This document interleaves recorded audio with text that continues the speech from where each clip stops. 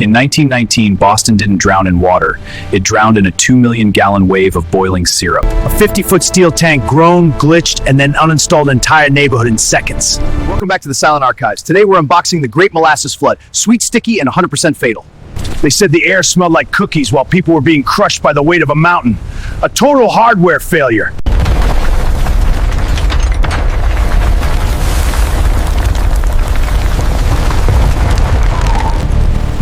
In 1915, the Purity Distilling Company built a 50-foot steel tank in Boston. It was meant to hold 2.3 million gallons of molasses for industrial alcohol. But the steel was too thin, and the rivets were a structural disaster. Locals called it the Beast because of the metallic groans it made daily. It was an industrial ticking time bomb disguised as a harmless silo. A 50-foot tank that groans a great sign. Definitely would move my house next to it. Logic 404. The tank leaked so much molasses that the company didn't fix the structural flaws. They just painted the tank dark red to hide the leaks. Children would bring jars to the tank to collect the free syrup dripping from the cracks.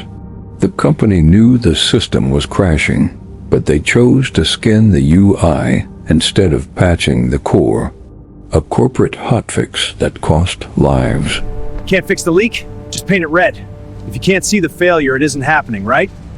January 15th, 1919. The temperature jumped from 2 degrees to 40 degrees in one day. Inside the tank, the cold molasses met a new shipment of warm syrup. Fermentation created a massive pressure spike. The tank's internal OS couldn't handle the expansion. Rivets began to hum like a tuning fork. The system was about to force quit in the worst way possible. Thermal expansion plus fermentation gassing a 2 million gallon pressure cooker. What could go wrong? At 12:40 p.m., the tank disintegrated. It wasn't a leak. It was an explosion. A 15-foot-high wave of molasses surged into the streets at 35 miles per hour. Molasses is non-Newtonian. It's twice as heavy as water and hits like wet concrete. It picked up houses, flipped trains, and snapped elevated railway beams like toothpicks. The neighborhood was literally uninstalled. A 15-foot wall of syrup. It's like a tidal wave, but you can't swim in it and it sticks to everything. Fun. The horror of the flood was the sticky trap. Once knocked down, the syrup acted like quicksand. The more you struggled, the deeper you sank. The air smelled like sweet sugar, but the reality was suffocation. Horses were trapped mid-stride, and people were literally glued to the cobblestones as the syrup cooled and hardened in the January air. Drowning in sugar. The ultimate forbidden way to go. 0-10 for the experience, 10-10 for the irony. When the tank burst, the steel rivets didn't just fall. They became projectiles. They'd popped out of the steel plates like machine gun fire, zipping through the air and piercing through wooden walls and human skin alike. It was a secondary hardware failure. The very things meant to hold the system together became the weapons that destroyed it. Rivet machine guns, because the drowning in lava syrup part wasn't quite dangerous enough. As the molasses wave receded, it created a massive vacuum effect. It pulled debris and people back toward the center of the wreckage, burying them under tons of twisted steel and broken timber. Many victims weren't killed by the initial hit, but by the secondary recycle bin phase where the wreckage folded in on them, sealing their fate in a sugar-coated tomb. First it hits you, then it pulls you back for a hug. The toxic relationship of industrial liquids. Molasses is a non-Newtonian fluid. This means its viscosity changes under stress. When it hits you, it's hard as a rock. When you try to move through it, it turns into a thick, gripping sludge. It's a physics glitch that makes survival nearly impossible. You're fighting against a substance that changes its own source code, just to keep you trapped. Liquid that turns into a solid just to spite you. Nature's way of saying checkmate, user. Rescuers arrived to a scene of total chaos. They had to walk on planks because the ground was a glue trap. Every time they pulled someone out, the molasses would make a wet, sucking sound, the sound of the earth refusing to let go. Firefighters were covered from head to toe in brown slime, looking like hollowed-out statues from a chocolate-coated hellscape. Rescue operations brought to you by the makers of superglue and nightmare fuel. To clean the city, they used fireboats to spray millions of gallons of salt water onto the streets. But molasses doesn't just wash away. The salt water turned the syrup into a thin, slippery glaze that made the entire city a skating rink of death.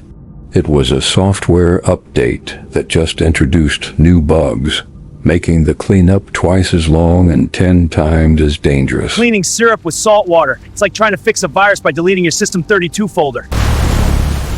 For weeks after the flood, the molasses spread throughout the entire city of Boston. It was tracked into the subways, onto the floors of the State House, and into every home. Everything you touched was sticky. The city was physically linked by the disaster, a local area network of brown goo that reminded everyone of the failure every time they opened a door. The ultimate viral marketing. You can't escape the brand if the brand is stuck to your shoes.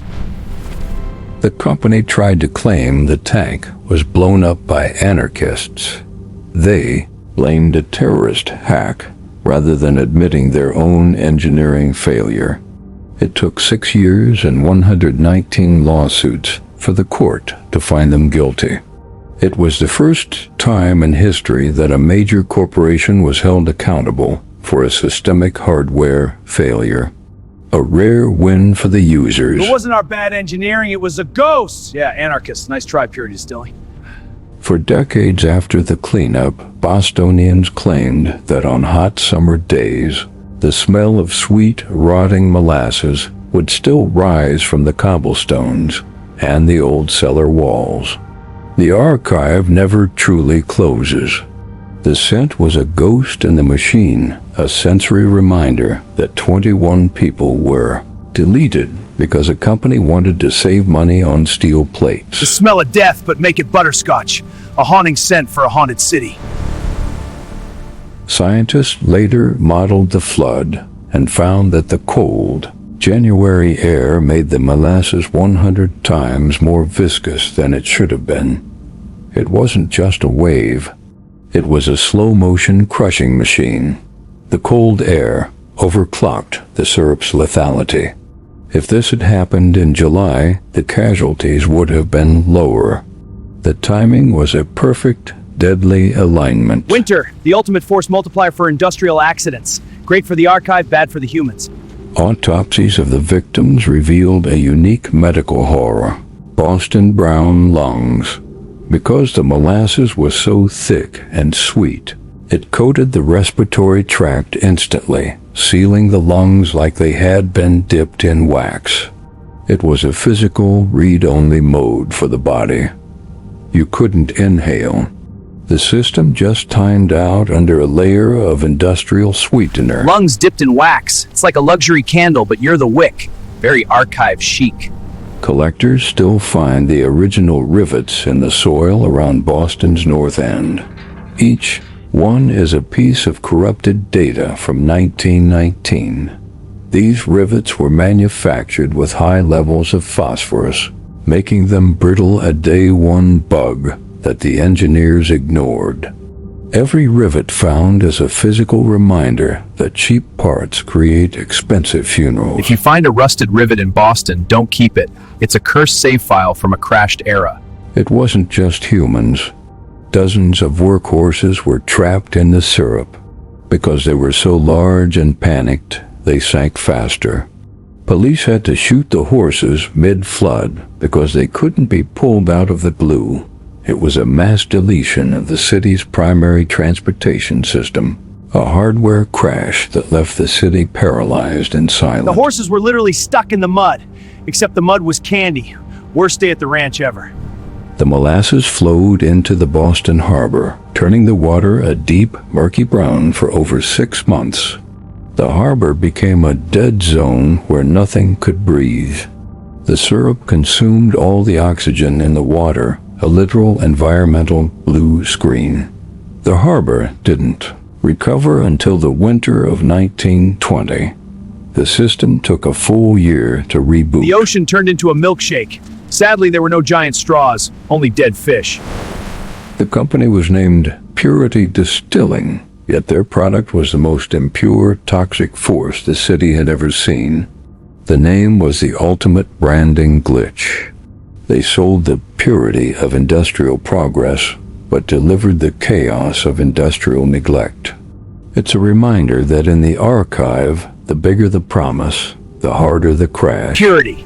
Because nothing says pure like a 15-foot wall of industrial waste and legal lies. The Great Molasses Flood is often treated as a weird history joke, but the archive knows the truth. It was a tragedy of greed and bad code.